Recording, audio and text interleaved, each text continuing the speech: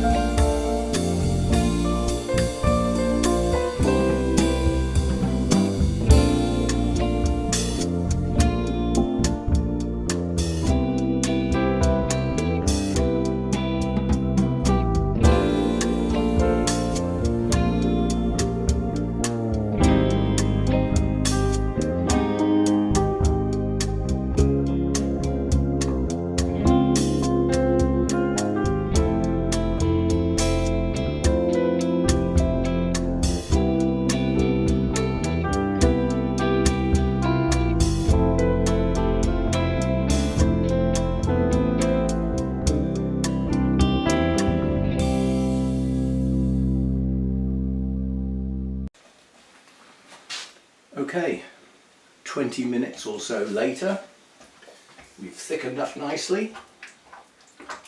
Now we have to do the all important thing. Give it a taste. There's no point in doing all this and leaving it to luck.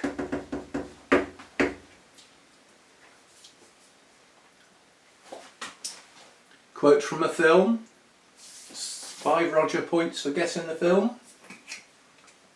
You enjoying that? Nah, needs garlic. Garlic.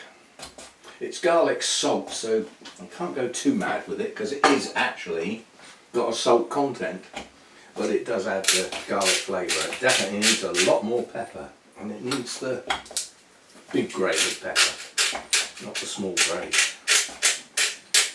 So a lot more of that. I know it's probably not traditional, but my spaghetti, I like a little bit of a tang to it, and that is normally provided by black pepper. And then go down to the thinner grade, add a fair bit more of that. You're probably horrified at the amount of pepper that's going into that, but I love my ground pepper. Right, we'll stir that lot in.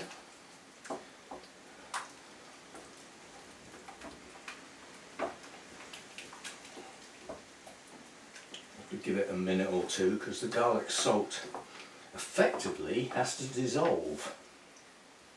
So once it comes in contact with the liquid, it starts to dissolve, but it's not an instant thing, it needs a minute or two. So we'll just keep stirring it round. This has thickened up quite nicely. I would prefer it a little thicker, but there's not a lot I can do about that. I could add another one of those packet mixes, but that might be a bit heavy on the spices. The flavour of this is okay, it just needs that tang, it just needs that little bit of garlicky tang. You know, the sort of thing that means you're going to spend all day tomorrow on your own. And as you point yourself at people and start to speak, they rear away. Oh, been on the garlic, have we? That's about right. So, now what we do is we get our spaghetti on. So we need some boiling water. I'll keep the pepper out because I shall add even more pepper onto my meal, which will be the last thing that happens here.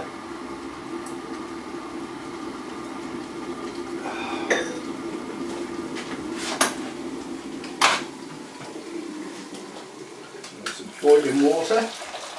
Boiling water in the kettle is far more energy efficient than using any other method, quite honestly, or I believe it is. Add some salt in there, not a lot. I don't add so much salt to, well, to hardly anything really, but salted water for spaghetti is good. Let's get that fired up. This works a lot better if the water's boiling. The spaghetti goes soft an awful lot quicker if it goes into boiling water. So I don't know how many portions I'll get out of this. I would say 6, possibly 7, but at least 6. And one of those is for me tonight. Yeah? Right, so it's coming up to the boil. We got our spaghetti. I think that, I mean, I get that brand.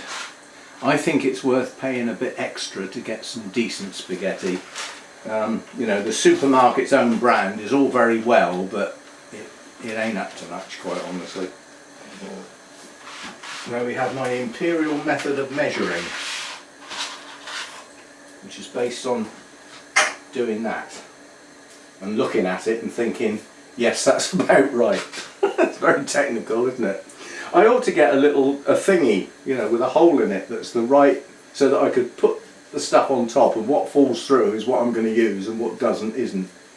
Anyway, let's get that on the go. Put that back in there. There's not much left in there, but as always with myself, I do have a backup, so there's another one ready to go. And chuck the salt on the floor, why don't you? So We'll give that a push in a minute as it starts to bend. And get it all in there. Once it's in there, we will need some other little gadget. Because although I can judge seconds quite accurately, I can't judge minutes. So I have a little kitchen timer that I will put that on to 10. And then when that makes a lot of noise, we know we're there.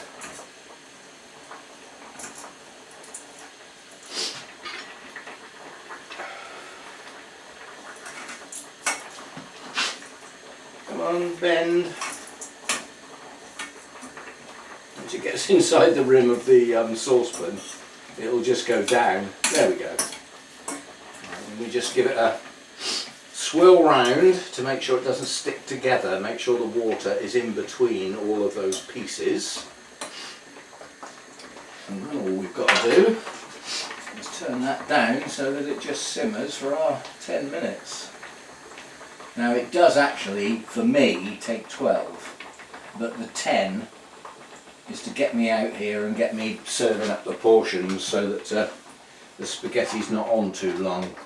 It's one of those things like rice, if you overcook it, leave it on too long, you spoil it basically. It has a proper cooking time and it pays to stick to it. Now with spaghetti, some people like it a bit firm, so they might do it a little bit less. Some people like it all soggy. Num num num num num. I like mine about right, in the middle. So there we go.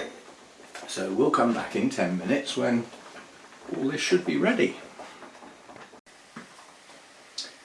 Right, we're nearly there now.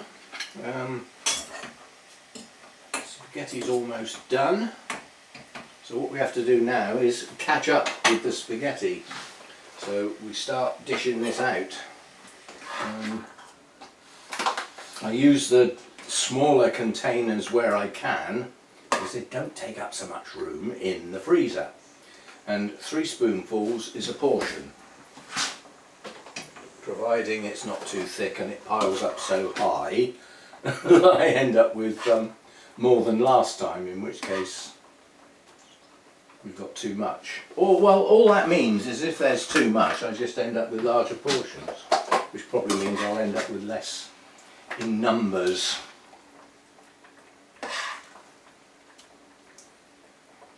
But basically these will cool down through the evening, and then before I go to bed they'll get popped in the freezer. I have to find nice level places to put them so that they, while they're liquid, so that they don't fall over the sides. Obviously once they're frozen they can be, well, they can be stuck upright if necessary. But these larger containers do take up a bit more space in the freezer. Now, can I get another one and still leave myself enough for tonight?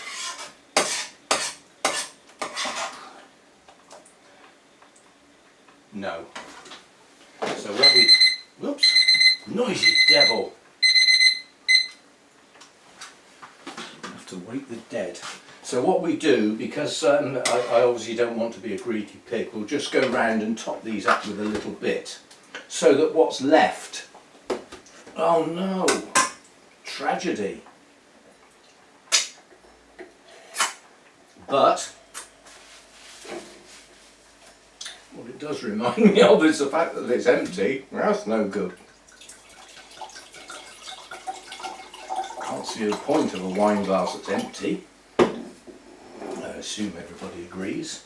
So we just go round and top a little bit up on these so that there's a little bit less in the pan, otherwise tonight's portion will be totally greedy pigs. So heat off, and now I'm going to sit down with my wine and pop a programme on that's on this time of night every weekday that I quite like. It's a sort of quiz programme, and it's I can answer a fair few of the questions, not all of them, so I quite enjoy it. And so we always lick the spoon. Waste not, want not, as they say. Basically it's a quiz show, and the whole point of it really is the sound, because the TV's got its back to where I eat. So it means that I can enjoy it without having to see it. I can just do the sound bit. Right, that goes in the sieve.